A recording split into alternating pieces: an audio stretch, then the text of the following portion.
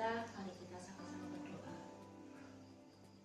Bapa, kami mengucap syukur buat pemeliharaan dalam hidup kami.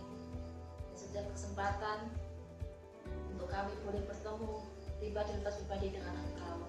Terima kasih Tuhan, kami percaya Engkau menyertai setiap langkah kami. Kami percaya Engkau menjaga kehidupan kami masing-masing. Terima kasih Tuhan Yesus, dalam nama kami berdoa. Haleluya. Amin.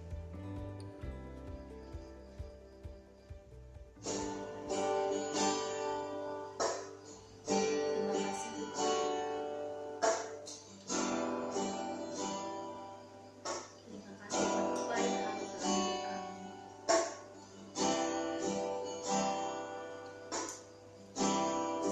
Terima kasih untuk rancangan yang terbaik.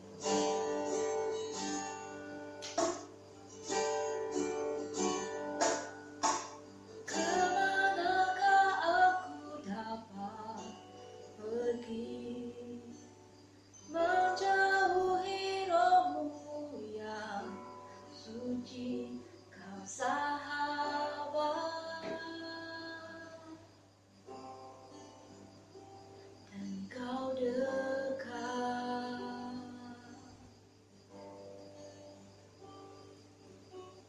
Bahkan seluruh pengabdianku tak bisa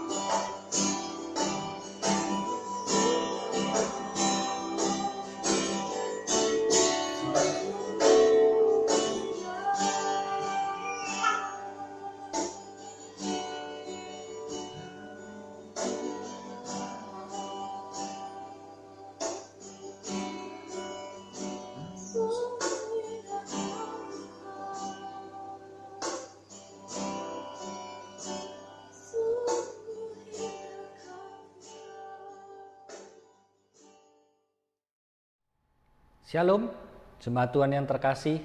Kembali kita bertemu dalam ibadah online pada petang hari ini. Saya berharap kita semua dalam keadaan sehat tentunya. Sebelum kita mendengarkan firman Tuhan yang bertemakan kebahagiaan orang yang suci hatinya, mari kita tunduk kepala dan berdoa. Bapa, kami mengucap syukur atas ibadah hari ini. Kau hadir di tengah-tengah kami, Kau hadir di setiap rumah, di setiap persekutuan yang ada, sehingga gereja Tuhan Alfa Omega adalah gereja yang memuliakan nama Engkau, gereja yang meninggikan nama Engkau dimanapun kami berada, dan firman-Mu dibentangkan. Urapi setiap kami umat-Mu dimanapun kami berada, untuk dapat mendengar, memahami, dan bahkan mampu mengerjakan firman-Mu dalam kehidupan kami sehari-hari. Berkati hamba-Mu dan berkati pemberitaan firman ini. Di dalam nama Tuhan Yesus kami berdoa dan syukur. Amin. Haleluya. Shalom Bapak Ibu Saudaraku yang terkasih. Kita sudah berbicara tentang 8 kebahagiaan yang kita sudah lewatkan dalam ibadah tatap muka yang lalu, dan pada kesempatan yang indah ini kita kembali membahas 8 kebahagiaan, yaitu kebahagiaan orang yang suci hatinya. Bapak Ibu Saudara dan Saudariku yang terkasih dalam Kristus Yesus, berbicara kesucian dan berbicara tentang hati terutama adalah hal yang sangat relatif, saya katakan. Mengapa? Karena pasti bahwa manusia di dalam kesuciannya dia tidak dapat menentukan kesuciannya sendiri, baik di hadapan sesama ataupun Tuhannya. Demikian juga tentang hati. Karena apapun yang terjadi pada manusia di mana berhubungan dengan hati adalah sebuah misteri. Dan hanya pribadi tersebut dan Tuhan yang tahu. Bahkan seperti halnya yang kita bisa mengerti dan kita tahu dalam sebuah pepatah, seperti istilah-istilah yang sudah ada di dunia ini. Terkadang manusia itu lain di hati, lain di bibir, bahkan lain di dalam perbuatan. Inilah yang saya katakan bahwa berbicara tentang hati dan berbicara tentang kesucian, itulah adalah hal yang relatif. Sehingga kita tidak dapat menentukan seperti halnya manusia menentukan dengan pasti.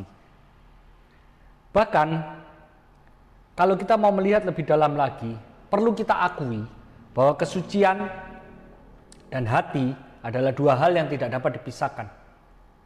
Dalam hal ini adalah bagaimana kesucian itu sendiri dan bagaimana hati manusia itu sendiri bereaksi terhadap kesucian itu. Sehingga kehidupan baik dalam beriman, baik dalam keseharian tidak dikatakan lain di hati, lain di bibir, dan lain pula perbuatannya.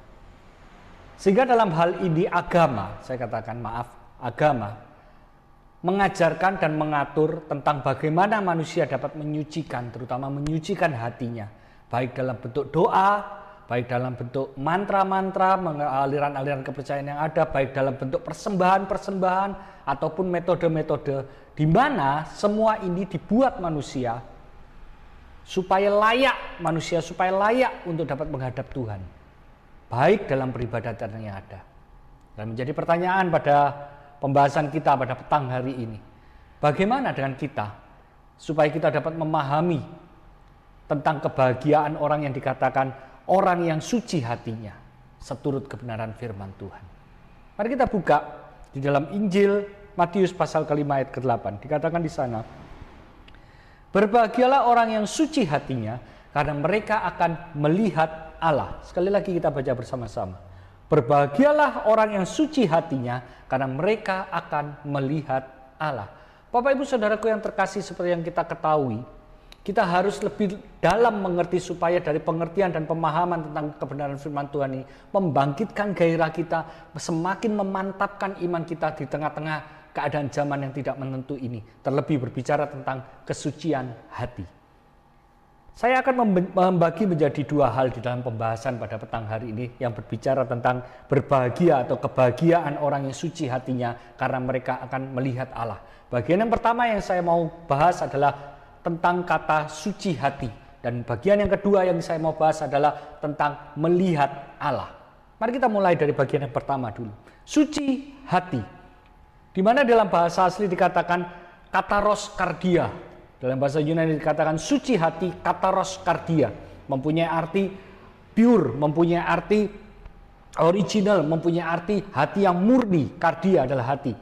Di mana saya mau menggarisbawahi sebagai orang percaya di bagian yang pertama ini, di dalam berbicara tentang suci hati, yang perlu kita pegang kuat, yang perlu kita pahami bersama adalah kesucian bagi iman Kristen hanya dapat diperoleh atau ada dalam darah Kristus. Sekali lagi saya mau tegaskan, berbicara tentang kesucian bagi orang-orang percaya, bagi iman kita dalam Yesus Kristus, kesucian hanya dapat diperoleh atau hanya ada dalam darah Kristus. Ini yang harus menjadi dasar sebagai orang-orang yang beriman kepada Yesus Kristus. Sehingga kita tidak lagi mengusahakan kesucian dengan metode-metode agamawi. Kita tidak mengusahakan kesucian bagi diri kita dengan cara-cara persembahan-persembahan untuk menebus atau untuk menggantikan setiap dosa kita. Tetapi semuanya itu sudah tergantikan di dalam darah Kristus. Mari kita buka di dalam Ibrani pasal ke-9 ayat ke-13 sampai dengan 14. Firman Tuhan di sana ditulis dikatakan seperti ini. Sebab jika darah domba jantan dan darah lembu jantan dan percikan abu lembu muda mengkuduskan mereka yang najis sehingga mereka disucikan secara lahiriah, betapa lebihnya, mari kita garis bawahi bersama-sama, betapa lebihnya darah Kristus yang oleh Roh yang kekal telah mempersembahkan dirinya sendiri kepada Allah sebagai persembahan yang tak bercacat. Perhatikan, akan menyucikan hati nurani kita dari perbuatan-perbuatan yang sia-sia, supaya kita dapat beribadah kepada Allah yang hidup. Sehingga di bagian yang pertama ini kita dapat mengerti bahwa kesucian di dalam iman kita kepada Kristus hanya didapat di dalam darah Kristus. Dan sudah tentunya darah Kristus diperoleh oleh pengakuan iman kita bahwa kita percaya Dia yang mati di atas kayu salib, yang sudah menebus dosa saudara dan saya. Itulah yang menjadi penyucian bagi hidup dan hati kita terlebih. Dan dikatakan di dalam Ibrani dengan jelas, bukan hanya masalah lahiriah di sana, tetapi oleh kuasa darahnya batinia kita beroleh kekudusan atau kesucian. Sehingga menjadi hal yang jelas di dalam iman kekristenan kita. Tidak ada cara lain, tidak ada metode lain, tidak ada persembahan lain, tidak ada doa yang menguduskan kita. Hanya darah Kristus. Bahkan dari darah Kristus itu sendiri bukan hanya pengkudusan secara lahiriah yang kita peroleh, tetapi batinia kita. Mari kita buka lagi kembali firman Tuhan di dalam 2 Timotius pasal pertama ayat ke-13 sampai dengan ke-14. Dikatakan di sana dengan jelas, selain kita memperoleh pengkudusan daripada darah Kristus, kita juga tidak cukup bermegah. Tidak cukup kita puas diri hanya karena kasih karunia atau penyucian dari darah Kristus itu sendiri. Tetapi dikatakan kita perlu memelihara sebagai langkah yang kedua. 2 Timotius pasal pertama ayat 13 sampai 14 dikatakan di sana bahwa kita memegang atau peganglah segala sesuatu yang telah engkau dengar daripadaku sebagai contoh ajaran yang sehat, dan lakukanlah itu dalam iman dan kasih dalam Kristus. Peliharalah harta yang indah dan yang telah dipercayakannya kepada kita oleh Roh Kudus yang diam dalam kita. Ada 3 hal di bagian yang kedua yang berbicara tentang kesucian di bagian pertama ini. Yang pertama, kita harus memegang segala sesuatu yang telah kita dengar, yaitu kebenaran daripada firman Tuhan sendiri. Setelah kita memegang, kita belajar melakukannya. Dan terlebih daripada itu, berbicara tentang kesucian yang sudah diberikan di dalam darah Kristus, kita harus memelihara. Dikatakan di sana sebagai harta yang indah. Memelihara harta yang indah, memelihara kekudusan yang sudah kita peroleh oleh karena pengorbanan Kristus di atas kayu salib, yang sudah mencucurkan darahnya untuk menebus dosa saudara dan saya.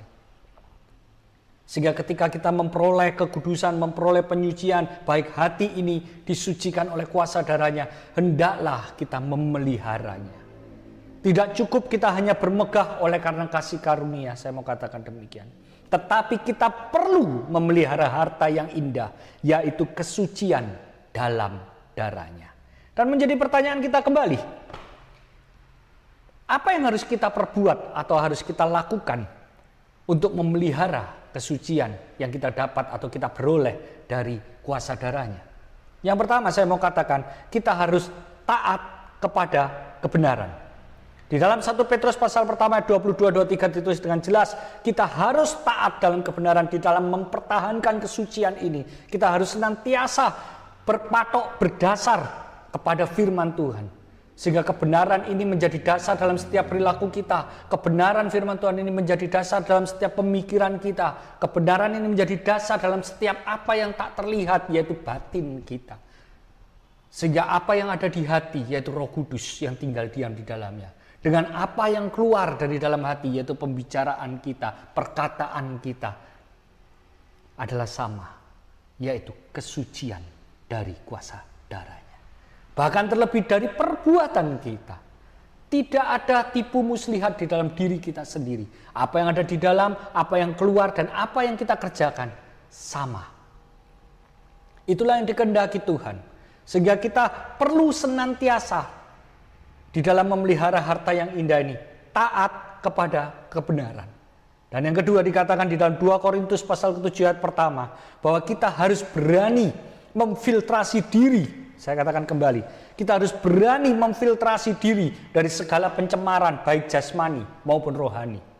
Karena seringkali ketika kita merasa puas dengan kasih karunia ini, kita lupa memfiltrasi diri dari pencemaran-pencemaran baik jasmani ataupun rohani. Bahkan apabila kita sudah larut di dalamnya, kita akan sulit membedakannya. Oleh sebab itu mulai dari dini, oleh karena kuasa darah yang kita terima bukanlah dengan mudah Tuhan berkorban untuk kita, tetapi kita ditebus dengan sesuatu yang mahal dan berharga, yaitu darahnya yang menyucikan dosa saudara dan saya.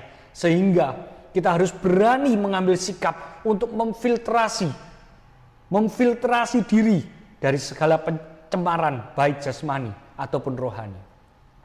Saya dapat katakan pencemaran jasmani di sini adalah berkata tentang segala hawa nafsu dan kedagingan kita.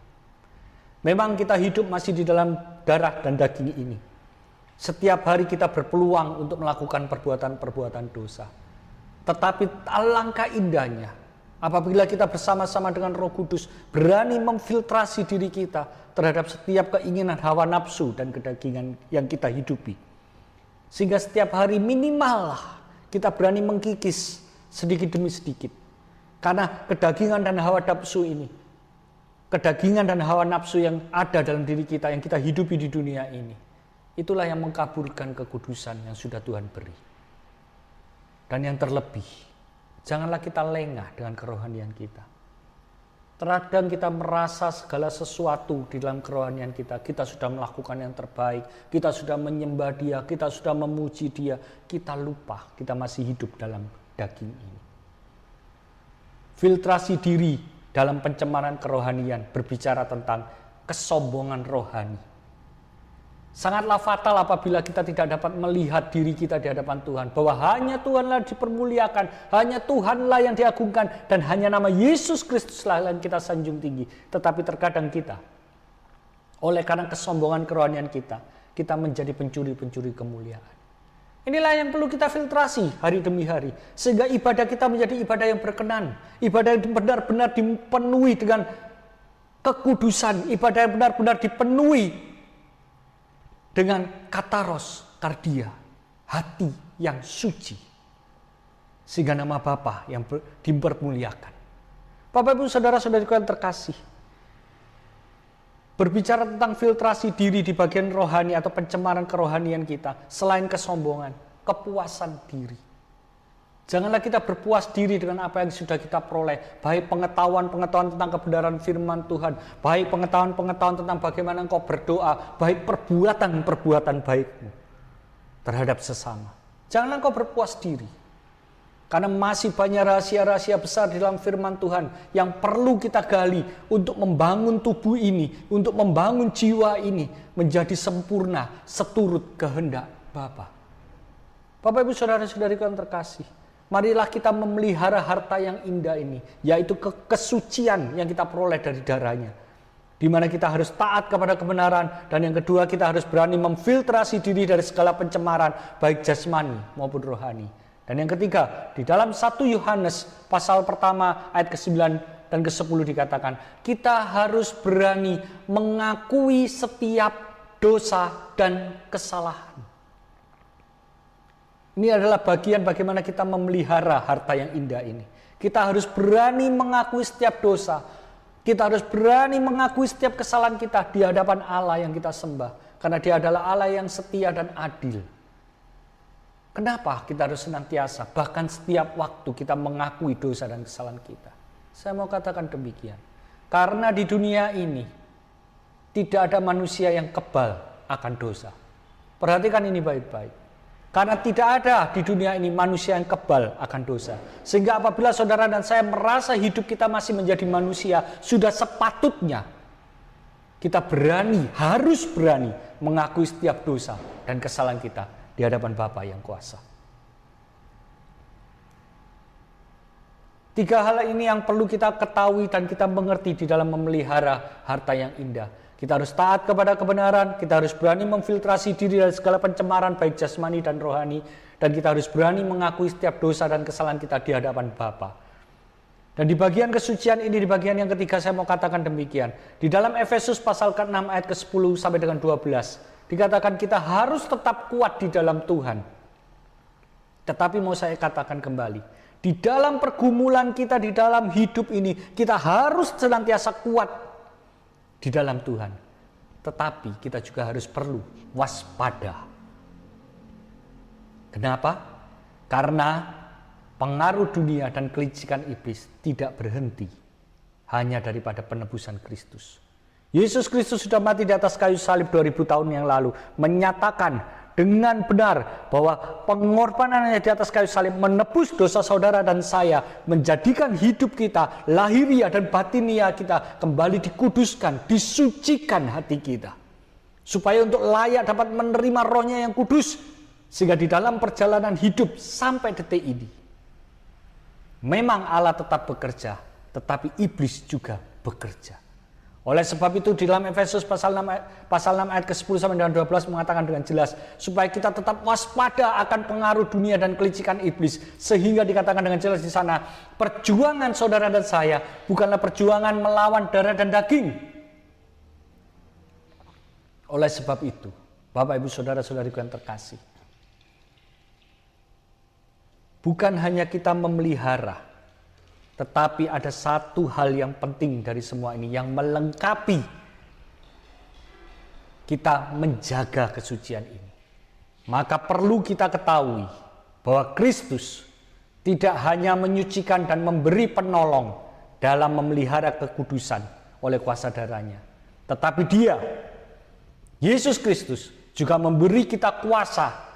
Sekali lagi mau saya tegaskan, Yesus Kristus tidak hanya memberi penolong, yaitu Roh-Nya yang kudus di dalam memelihara kekudusan atau kesucian yang sudah Dia beri melalui kuasa darahnya, tetapi Dia juga memberi kita kuasa untuk menolak, kuasa untuk melawan dosa, kuasa untuk menolak, kuasa untuk melawan kenajisan, yaitu melalui kuasa kebangkitannya.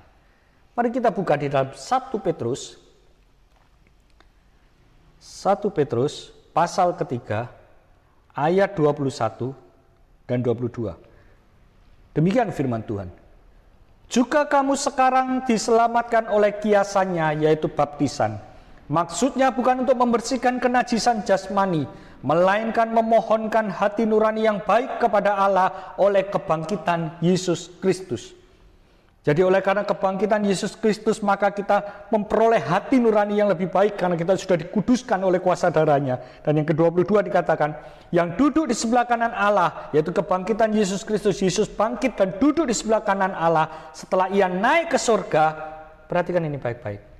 Sesudah segala malaikat, kuasa, dan kekuatan ditaklukkan kepadanya. Sekali lagi saya tegaskan di sini.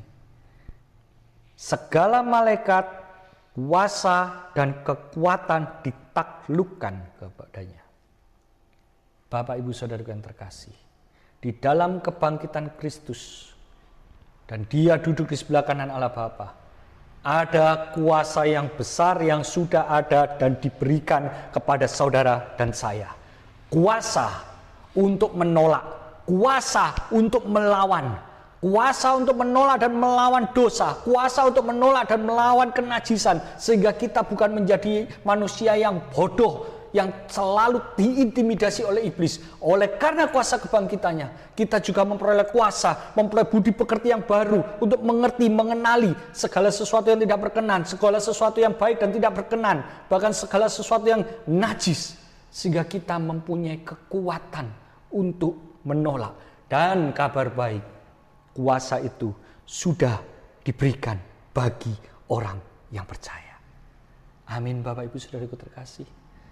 Sehingga berbicara tentang kesucian, bukan hanya kita mengerti kesucian itu dari darah atau dari kuasa darah Yesus Kristus, tetapi kita juga berani memelihara, baik dengan taat akan kebenaran, baik berani memfiltrasi diri, baik juga berani mengakui dosa dan kesalahan. Kita juga beroleh kuasa untuk menolak dan melawan dosa dan kenajisan. Haleluya. Bagian yang pertama sudah kita lewati. Dan yang bagian kedua, kita akan membahas tentang melihat Allah. Bagian yang pertama kita sudah memahami, mencoba untuk mengerti kebenaran firman tentang bagaimana kesucian hati dan bagaimana kita memperoleh kesuciannya dan bagaimana kita memeliharanya dan bagaimana kita memperjuangkannya dengan kuasa kebangkitannya. Dan yang bagian kedua, melihat Allah. Di dalam Mazmur pasal ke-17 ayat ke-15. Kalau saya dapat merangkum apa yang ditulis oleh pemazmur di dalam pasal ke-17 ayat ke-15, di sana dikatakan bahwa suatu kebahagiaan di dalam melihat Allah ini adalah suatu kebahagiaan. Bahkan ditulis dengan jelas, kebahagiaan yang sempurna, dalam arti tidak ada kebahagiaan lain. Baik di dunia ini, apapun harta, emas, perak, kesehatan apapun, tidak akan menjadi kebahagiaan yang utama selain kebahagiaan melihat Allah. Karena kebahagiaan melihat Allah dikatakan di sana adalah kebahagiaan yang sempurna bagi jiwa. Wah, meski hanya dalam iman, seakan seperti mengalami surga di bumi. Pemazmur juga menggambarkan bagaimana melihat Allah sebagai kebahagiaan mengalami surga hadir di bumi. Bukankah ini kebahagiaan yang sempurna dan yang kita rindu-rindukan sebagai orang beriman? Untuk melihat Allah. Bapak Ibu Saudara-saudariku yang terkasih, memang setiap orang yang percaya, saudara dan saya, yang tetap hidup dalam kebenaran dan iman yang teguh, firman Tuhan mengatakan dengan jelas, kelak sebagai janjinya yang akan digenapi, yaitu kedatangan Kristus kedua kali yang akan membawa saudara dan saya bertemu, di mana kita akan bertemu muka dengan muka. Firman Tuhan mengatakan Purim el Purim. Dengan Dia, Yesus Kristus, Allah segala Allah, yang menebus dosa saudara dan saya, bertemu muka dengan muka di dalam surganya yang mulia. Memang itu sebagai janji yang akan digenapi. Itulah yang harus menjadi pengharapan saudara dan saya. Tetapi perlu menjadi pertanyaan kembali. Bagaimana dalam keadaan sekarang, di dalam bumi, di dalam iman kita yang masih hadir dan tinggal di bumi, dapat melihat Allah? Saya mau memberikan sebuah ilustrasi di bagian ini. Sering kita lihat bintang-bintang di angkasa yang indah. Dan mungkin ada dua orang di sana, dari mana satu orang dari orang awam, dan satu orang dari seorang astronom, saya katakan. Bersama-sama mereka melihat bintang. Mungkin di sisi orang awam akan berpendapat, wow, beautiful, wow, sparkling, begitu berkemilau. Tapi hanya sebatas itu dia mengerti. Sebatas mata memandang tentang bintang-bintang di angkasa yang dia mengerti. Wow, yang itu kecil, yang itu besar. Wah, indah ya, gemerlap di antara kegelapan. Indah, sparkling, berkilau-kilau. Dan begitu. Tetapi bagaimana dari sisi seorang astronom di dalam melihat bintang-bintang? Ada sesuatu yang khusus, bahkan astronom ini bisa spesifik di dalamnya. Aku tahu itu bintang apa. Apabila aku mengkaitkan dengan ini, menarik garis dengan ini, akan membentuk sebuah rasi bintang. Dan aku tahu yang kemilau itu bintang apa, yang lebih paling terang itu bintang apa. Bahkan astronom bisa menamai setiap bintang yang ada.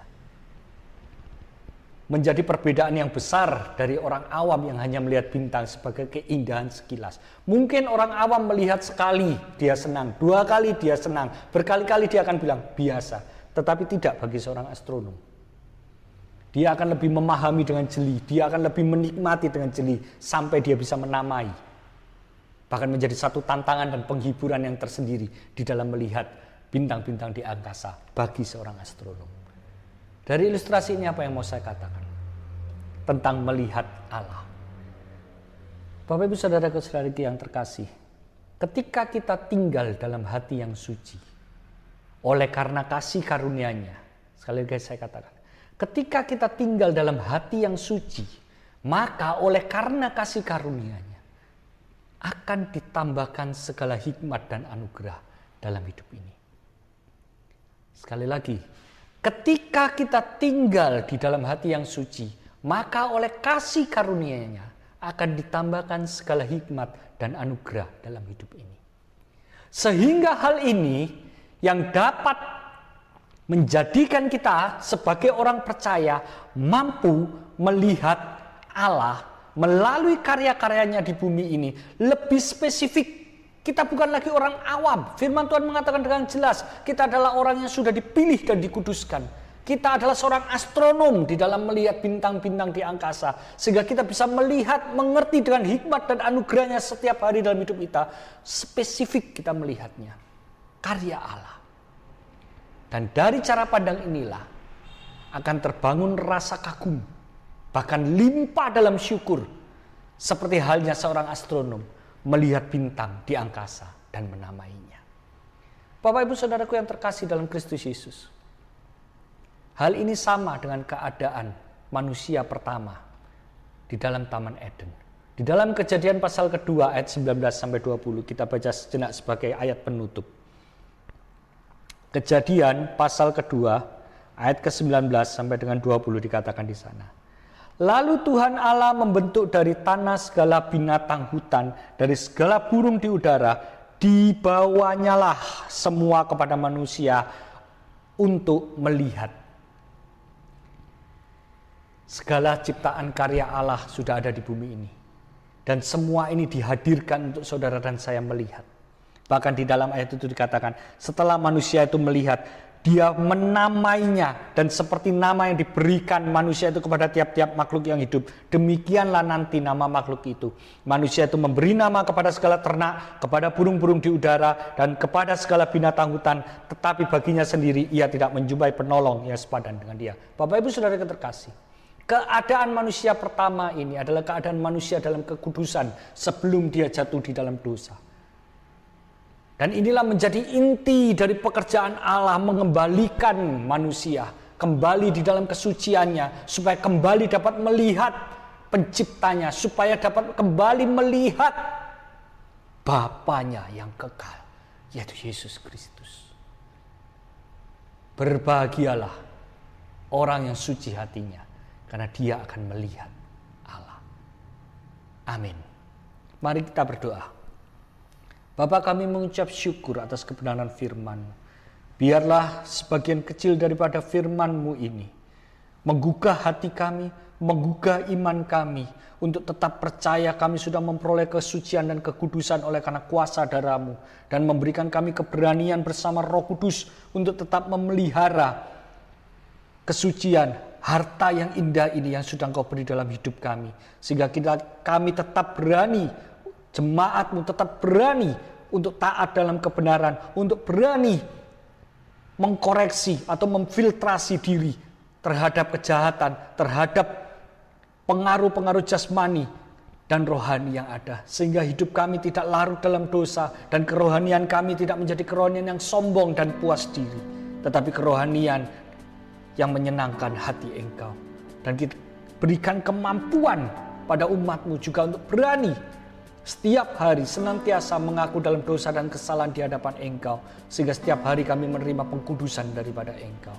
Dan terlebih daripada itu, Mantapkanlah iman kami oleh karena kuasa kebangkitan-Mu, sehingga kami bukan menjadi manusia yang bodoh yang selalu diintimidasi oleh iblis akan dosa, tetapi kami memiliki kuasa untuk menolak, kuasa untuk melawan dosa dan kenajisan, karena Engkau sudah bangkit untuk kami, dan kuasa itu sudah Engkau berikan kepada kami, umat-Mu yang percaya akan Engkau.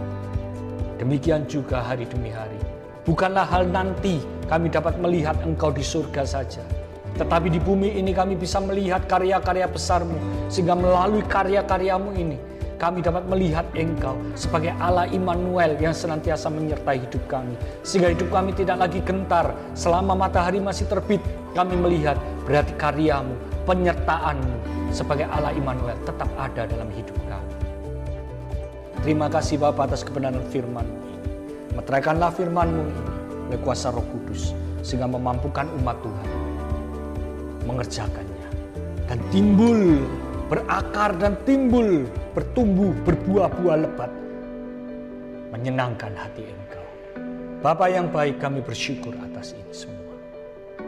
Terlepas daripada kebenaran firman yang sudah Engkau bentangkan bagi umat-Mu, kiranya Engkau memberkati umat-Mu di rumah mereka masing-masing untuk setiap perkara hidup, sakit, penyakit, dan pergumulan yang mereka alami. Kiranya Tuhan tolong. Dan juga demikian untuk setiap persembahan yang umat-Mu beri. Tuhan berkati berlimpah-limpah apa yang sudah umat-Mu kerjakan.